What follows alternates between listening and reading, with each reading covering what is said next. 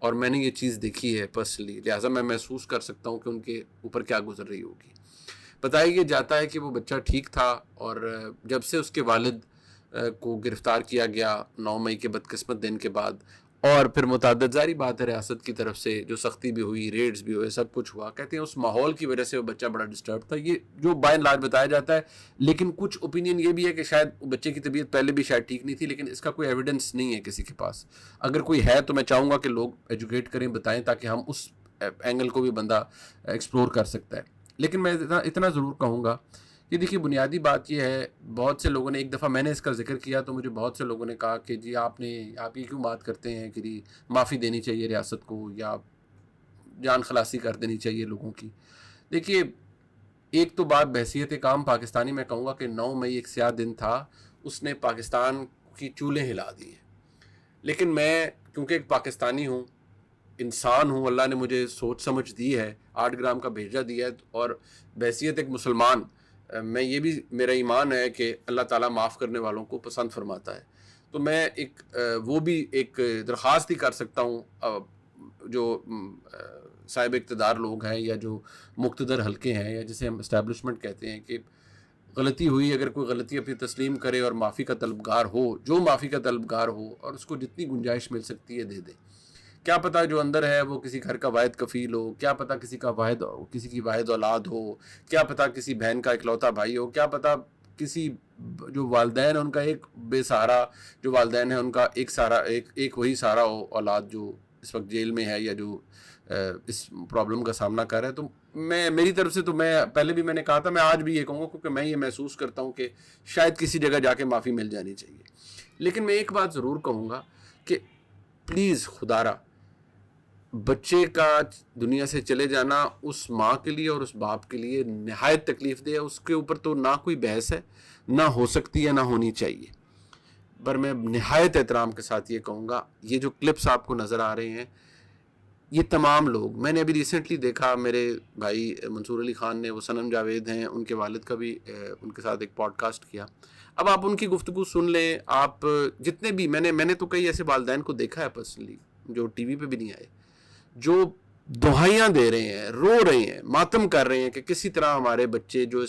اس بے روی کا شکار ہو گئے ان کو معافی مل جائے، ایک موقع مل جائے۔ وہ ایک موقع مانگ رہے ہیں کہ معافی دے دیں، معافی دے دیں، ریاست معافی دے دے، معافی دے دے۔ اب کیونکہ میں درد محسوس کر سکتا ہوں بحیثیت ایک انسان بھی، بحیثیت ایک حفیظ اللہ نیازی صاحب نے ایک ٹویٹ کی، وہ آپ کو نظر بھی آ رہی ہوگی، جس میں وہ یہ کہہ رہے ہیں کہ وہ سب کا حوالہ دے رہے ہیں کہ جی اسٹیبلشمنٹ کے دل میں اللہ رحم پیدا کرے۔ دیکھیے اسٹیبلشمنٹ کے دل میں بالکل میں بھی ان کے ساتھ دعا کرتا ہوں کہ سب کے دل میں رحم پیدا ہو، لیکن پہلے گناہ کا یا غلطی کا یا جرم کا جو ایکسیپٹنس ہے کہ جی یہ جرم کیا گیا ہے، پہلے اس کو قبول تو کوئی کرے کہ ہاں جی یہ جرم کیا ہے، اور بڑی ندامت ہے، بہت شرم ہے، اور بڑا غلطی ہو گئی۔ اتنی سی بات ہے۔ غلطی یا جرم کر کے اگر میں یہ کہوں کہ میں نے جرم کر لیا ہے لیکن میں اس کی معافی نہیں مانگوں گا، میں اس چیز کو ایکسیپٹ نہیں کروں گا کہ میں نے جرم کیا ہے، تو پھر میں اپنی تصحیح نہیں کر سکتا، پھر میں کسی سے معافی بھی نہیں مانگ سکتا۔ یہ تو دیکھیے، یہ تو دنیاوی معاملات ہیں نا، ان کی تو کوئی اہمیت نہیں ہے، یہ تو ہم نے دنیا میں ہیں، کل ایک لمحے کا پتہ نہیں، ایمان یہی ہے کہ اگلا سانس آئے نہ آئے۔ لیکن آپ یہ دیکھیے کہ جب اللہ رب العزت سے ہم گناہ کرتے ہیں اور اللہ سے توبہ کرتے ہیں، تو توبہ کا تو فیکٹری یہ ہے نا، میں تو بحیثیت ایک انسان ایک سمجھ پایا ہوں کہ اگر آپ گناہ سے توبہ کرتے ہیں اور اللہ سے رحم مانگتے ہیں تو پہلے توبہ کریں، صدقے دل سے کریں، اور پھر اللہ سے معافی کے طلبگار ہوں۔ جب میں برائی بھی کرتا رہوں اور برائی کو برائی سمجھوں بھی نہ، اور پھر ساتھ توبہ کے لیے بھی کہوں کہ اللہ مجھے معاف کر دے، تو وہ کوئی بات سمجھ بھی نہیں آتی۔ لہٰذا یہ تو دنیاوی معاملات ہے، اس میں میں اتنا کہوں گا کہ آپ نے اگر جرم کیا ہے تو پہلے جرم کی آپ یہ کہیں کہ جی یہ جرم کیا ہے، یہ بڑی غلطی کی ہے۔ اگر اس ملک کو ہم نے اس کے بقیے ادھیڑے ہیں، بے روی کا شکار ہو کے، تو بڑا ظلم کیا ہے، غلطی کی ہے، اب ہم ریاست سے معافی کے طلبگار ہیں۔ لیکن بہت سے لوگ کہیں گے نہیں غلطی تو کی کوئی نہیں ہے، تو پھر اب اس پہ میری بحث وہاں ختم ہو جاتی ہے، اس لیے کیونکہ اب یہاں پر قیمتی جانیں انوالوڈ ہیں، یہاں کسی کی بوڑھی ماں انوالوڈ ہے، ڈاکٹر یاسمین راشد صاحبہ ہیں، وہ بیمار رہی ہیں۔ میں کیا کروں، میں بحیثیت انسان میں یہی کہہ سکتا ہوں کہ اللہ تعالیٰ ان کے لیے بھی مشکل آسان کرے، لیکن جس نے جرم کیا ہے یار، اس کے بارے میں کیا کیا جا سکتا ہے؟ کسی کی بیٹی ہے، کسی کی فیملی لائف خراب ہو رہی ہے، کوئی اور ہیں، وہ اس زوم کے اندر آ گئے کہ کوئی ریاست سے زیادہ طاقتور ہو گیا ہے اور وہ چولہے لا دی اس نے, فوج کی تنصیبات کو بھی آگ لگوا دی, سب کچھ کر دیا, اور پھر آپ یہ کہیں کہ نہیں جی ہم نے درست کیا, تو پھر معافی کہاں سے ملے گی, پھر گنجائش کہاں پر پیدا ہوگی. تو یہ ایک فرق ہے. باقی میری تمام تر ہمدردیاں ان کے والدین کے ساتھ ہیں, بچے کے والدین کے ساتھ ہیں, اس کی والدہ, اس کے والد, اس کے تمام گھر والوں کے ساتھ ہے. یہ قہر جو ان پر ٹوٹا ہے, جو قیامت ٹوٹی ہے, اس کا اندازہ صرف وہی کر سکتے ہیں کہ اس باپ پہ پتہ نہیں کیا گزری ہوگی. وہ تو شاید ختم ہو چکا ہوگا اندر سے, کہ جس کا بچہ اس کے انتظار میں یا اس حالت میں دنیا سے چلا گیا اور بیمار ہو کے گیا. اگر وہ واقعی اپنے باپ کی جدائی کو برداشت نہیں کیا اس نے, اور اس بیماری کی وجہ سے, اس جدائی کی وجہ سے, باپ کے دور ہونے کی وجہ سے وہ بچہ اتنا اس کی ہیلتھ پہ افیکٹ ہوا, تو پھر تو آپ دیکھیے کہ کتنا بڑا کرب ہے اس باپ کے لیے, اور شاید وہ پچھتاتے بھی ہوں گے, اور پچھتانا چاہیے بھی ایسے واقعات کے اوپر. اللہ تعالیٰ ان کو صبر عطا فرمائے. ایک تو یہ معاملہ تھا جی. ذرا آگے میں چلوں گا. ایک یہ اس لیے کیونکہ بھارت کا جو اصل چہرہ ہے, جو دنیا کو شائننگ انڈیا دکھاتا ہے بھارت, لیکن بھارت کے اندر اس وقت ہیومن رائٹس وائلیشن, یعنی انسانی حقوق کی جو وائلیشن ہے, خلاف ورزی ہے, وہ عروج پر ہے. اور مودی کے انڈیا کے اندر, مودی کے بھارت کے اندر تو یہ بہت زیادہ ہے, کیونکہ وہاں وہ ہندوتوا کو پریچ کرتے ہیں, ٹالرنس بالکل ہے نہیں. آپ وہاں مسلمانوں کے ساتھ کیا ہو رہا ہے, سکھوں کے ساتھ کیا ہو رہا ہے. اب خالصتان موومنٹ, کیونکہ بہت لمبی گفتگو سے بہتر ہے آپ کو ذرا شارٹلی بتا دیتے. خالصتان موومنٹ آپ کی نہیں, بیسیکلی خالصتان موومنٹ کیا ہے کہ جو سکھ کمیونٹی ہے وہ پنجاب, بھارتی پنجاب کے اندر ان کی تعداد سب سے زیادہ ہے, لیکن پورے بھارت کے اندر سکھ مائنورٹی میں ہے, یعنی اقلیت میں ہے. سکھ بڑے عرصے سے وہ یہ کہتے ہیں, وہ ایک سیپریٹسٹ موومنٹ ہے, علیحدگی پسند ان کی تحریک ہے, اور وہ چاہتے ہیں کہ بھارتی پنجاب میں سے ان کا ایک علیحدہ اسٹیٹ ان کی بنائی جائے, ان کا ایک علیحدہ ریاست انہیں دے دی جائے. اب اس کے بارے میں وہ یہ بات کرتے رہے ہیں, اور یہ اس کے فیزز آئے ہیں, کبھی یہ دوبارہ اجاگر ہو جاتی ہے, لیکن جو بہت اس کو سپائک ملا وہ 70 اور 80 کی دہائی کے اندر ملا. اور اس کا پھر یہ حالت ہوئی کہ جو بھارت کے اندر بھارتی سرکار سکھوں کو, یا جو سیپریٹسٹ موومنٹ کے علیحدگی پسند تحریک کے اندر جو سکھ انوالو تھے, اس کے by the way Khalistan movement کے پوری دنیا میں تقریباً 25 ملین کے قریب فالوورز ہیں, اور یہ فالوورز بڑھتے بھی رہے ہیں, اور ان کے اوپر ریاست کا بھی اٹیک آتا رہا ہے. ریاست, بھارتی ریاست انہیں دہشت گرد کہتی رہی ہے, اور پھر نتیجہ یہ نکلا کہ پھر یہ گولڈن ٹیمپل کے اندر کہا جاتا تھا جی کہ گولڈن ٹیمپل کے اندر جو سکھ دہشت گرد ہیں وہ چھپے ہوئے ہیں. پھر ریاست, بھارتی ریاست نے ان کے خلاف آپریشن بھی کیے گولڈن ٹیمپل کا. پھر اس کے نتیجے میں بعد میں پھر اس کا جو ریئیکشن آیا وہ یہ کہ اندرا گاندھی جو ایک زمانے میں پرائم منسٹر تھی انڈیا کی, ان کو ان کے سکھ گارڈز نے, یہ ہر جگہ موجود ہیں, ان کے جو سکھ گارڈز تھے انہوں نے ان کو قتل کر دیا. اس کے ریئیکشن میں یہ سلسلہ چلتا رہا ہے. اب یہ کینیڈا کے ساتھ کیا اینگل ہے؟ بیسیکلی بات یہ ہے کہ کینیڈا کے اندر ایک بہت اچھی اور بڑی تعداد ہے سکھ کمیونٹی کی, اور وہ سکسیسفل لوگ ہیں, محنتی لوگ ہیں جو سکھ کمیونٹی ہے, اور آپس میں بالکل یوں جڑے ہوئے ہوتے ہیں.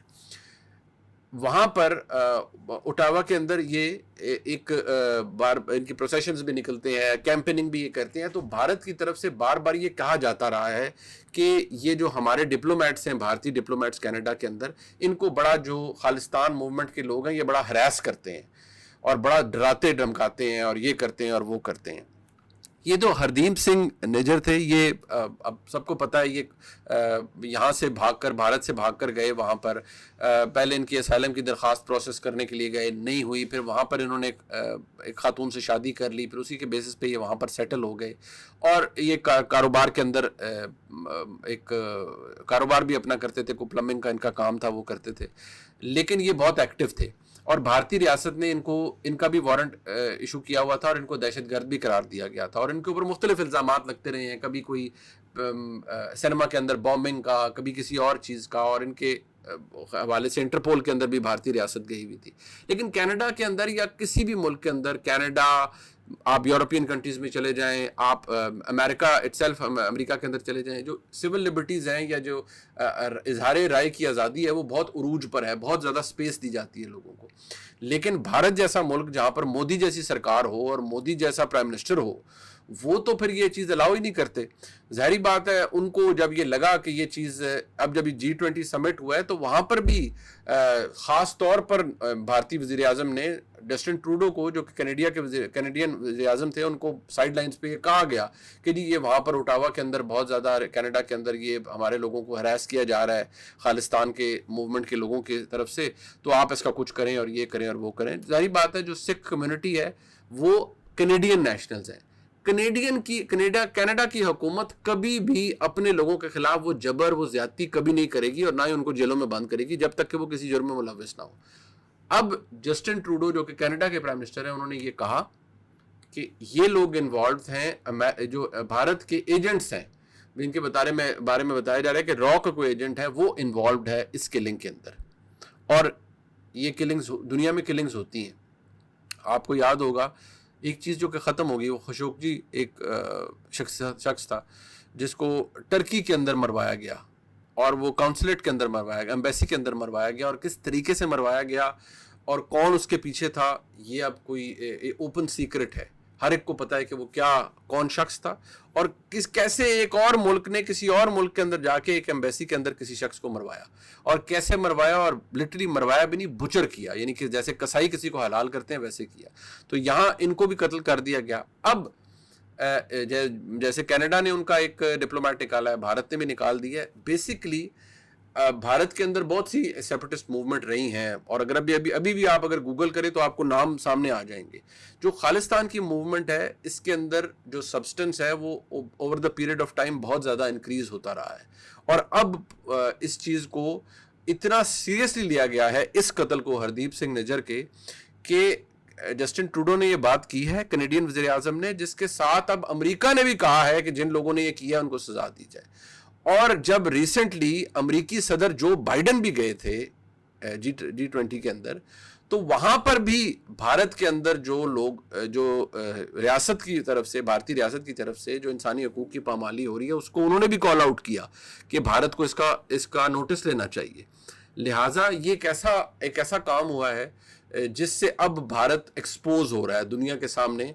ایک تو وہ شائننگ انڈیا کا کانسیپٹ بالکل آپ بنائیں شائننگ انڈیا ہو, لیکن شائننگ انڈیا خالی اکنامک گروتھ نہیں ہے, وہاں یہ بھی ہے کہ لوگوں کو رائے کی آزادی کتنی زیادہ ہے. ہم پہ تو ہر کوئی تنقید کر دے گا, ہم ویسے بھی ہماری تو خیر حالت ہی معاشی طور پر بہت بری ہے, لیکن بھارت اگر خود کو اتنی بڑی ریاست اور دنیا کی سب سے بڑی جمہوریت کہہ رہا ہے تو وہاں جمہوریت کے اندر تو پھر آپ یہ سب سے پہلے جمہوریت کی پامالی اس طرح سے کرتے ہیں کہ اگر آپ انسانی حقوق کی پامالی شروع کر دیتے ہیں. لہٰذا یہ ایک بریف سا اکاؤنٹ تھا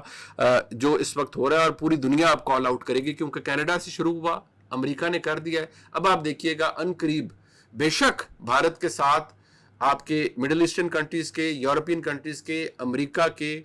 بہت زیادہ تجارتی تعلقات ہیں اور انٹرسٹ انوالوڈ ہے, لیکن یہ اتنی بلیٹنٹ چیز ہے کہ ایک کینیڈین شہری ہے وہ جو ہردیپ سنگھ نجر تھے وہ کینیڈین شہری تھی, اس کو مروایا گیا. اور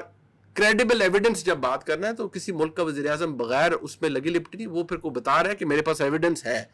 کہ بھارت نے مروایا ہے کینیڈا کے اندر ایک کینیڈین شہری کو. بے شک وہ سکھ کمیونٹی سے تعلق رکھتا ہو, بے شک وہ بھارت سے آیا ہو, لیکن ہمارے ملک میں مروایا ہے. یہ ہمارے ملک کی جو خود مختاری ہے اس کے اوپر حملہ ہے. اب ان کا ساتھ امریکہ دے رہا ہے اور عنقریب آپ دیکھیے گا اور بھی ملک دیں گے.